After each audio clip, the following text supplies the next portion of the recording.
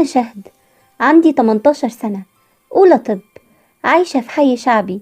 والدي متوفي، كان حلم عمره إني أكون دكتورة. اتوفى بابا وأنا عندي 10 سنين. كانت أمي بتشتغل في مصنع ملابس.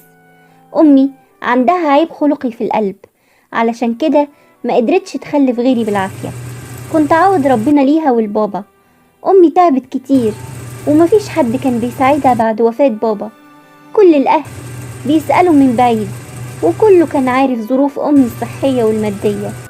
أنا النهاردة أول يوم ليا في كلية الطب. أنا هنزل الكلية بقى يا ماما، خدي بالك من نفسك وخدي الدواء، وبلاش تجيدي نفسك علشان خاطري. أنا ماليش غيرك يا ست الكل، ادعيلي بقى. دعيالك من قلبي يا بنتي، يا رب أشوفك أكبر دكتورة. يا ماما، لسه بدري قوي على الكلام ده. يلا بقى، مش عايزة أتأخر. سلام. سلام يا قلب ماما، سلميلي على البت علا. حاضر. ربنا يفتحها في وشك يا شهد يا بنت بطني. أما أقوم أنزل أتأخر على الشغل. كل ده تأخير يا شهد؟ ولا تأخير ولا حاجة يا علا. شايفة يا شهد اللي أنا شايفاه؟ إيه كل ده؟ يا لهوي، ده احنا مش عايشين. يا بنتي احنا فين وهم فين؟ احنا غلابة. والله عندك حق. الحمد لله، أحسن من غيرنا كتير. لا يا أختي، غيرنا أحسن. شايفة يا بنت العربيات؟ يا لهوي. اسكتي بقى، ويلا تعالي نسأل على الجدول ونشوف ورانا ايه. عارفة يا شهد، لو ما كنتيش معايا في الكلية كنت هزعل قوي. ودينا الحمد لله اهو مع بعض. يلا بقى. دخلوا المدرج وقعدوا جنب بنت جميلة. ممكن نتعرف؟ ايوه طبعا، انا شهد. وانا علا. وانتي؟ رنا، بنت دكتور عزت. بابا دكتور مشهور وصاحب مستشفيات خاصة في مصر. وانتي يا شهد؟ انا من عيلة عادية جدا. انا وعلا ولا بابا ولا ماما دكاترة.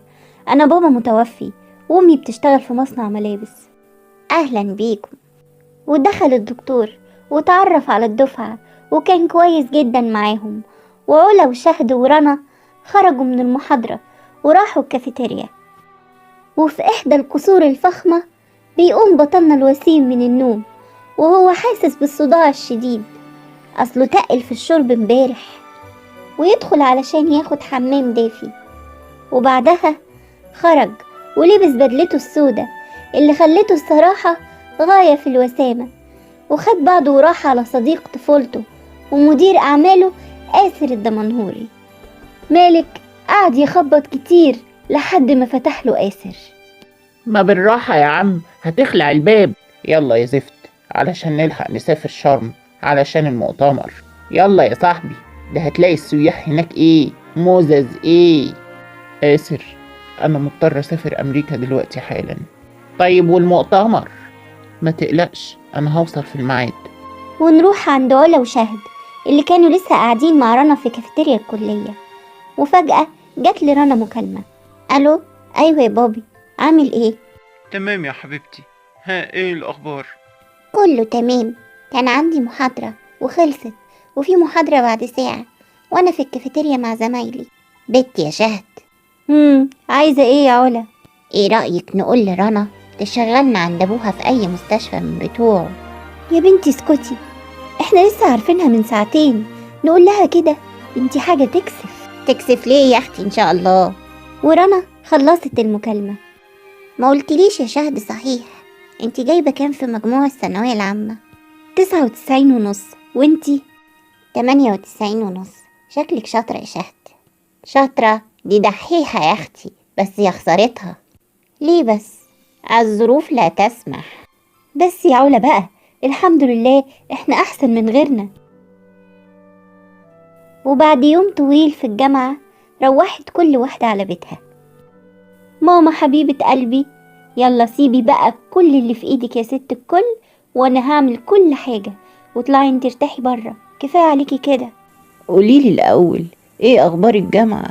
الحمد لله تمام، بس للأسف المصاريف غالية قوي، وعلشان كده انا هحاول ادور على شغل.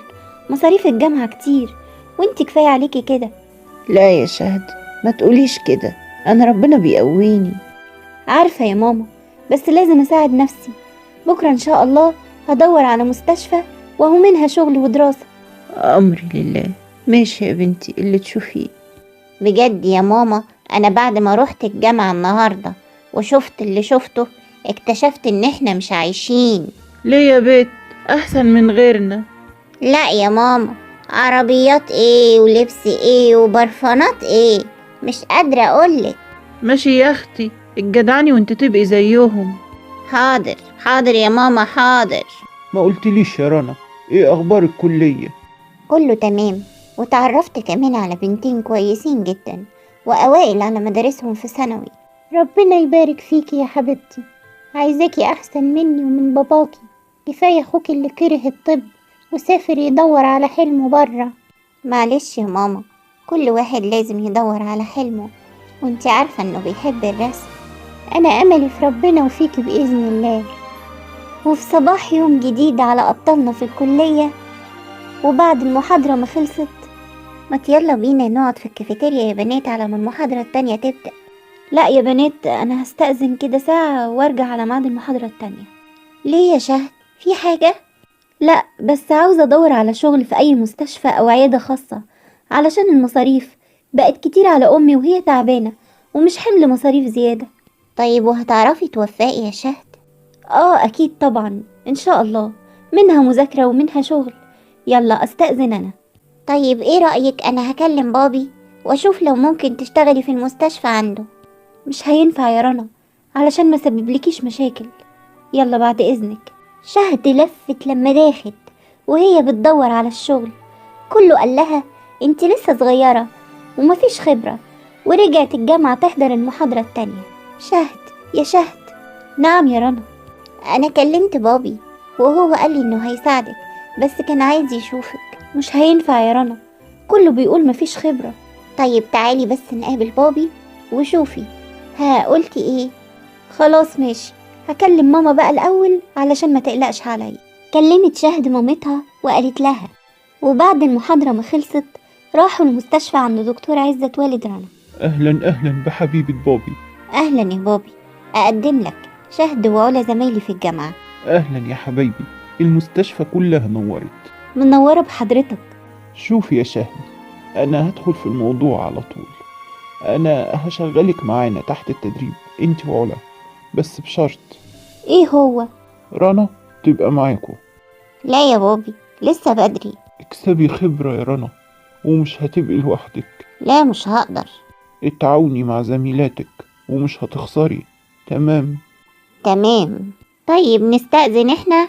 مش عارفة أشكر حضرتك ازاي يا عم. لا شكر على واجب يا بنتي، انتوا زي رنا بالظبط. ربنا يوفقكم يا حبايبي. بس يا ماما، ده كل اللي حصل معايا، ايه رأيك؟ اللي تشوفيه يا بنتي، بس أهم حاجة مش عايزة تقصير في أي حاجة في دراستك. وعدت الأيام على شهد، وكانت بتتعب جدا ما بين الشغل والدراسة والمذاكرة، لكن كانت سعيدة جدا لراحة مامتها. وفي يوم رجعت لقت مامتها تعبانة جدا وماسكة قلبها. ماما مالك؟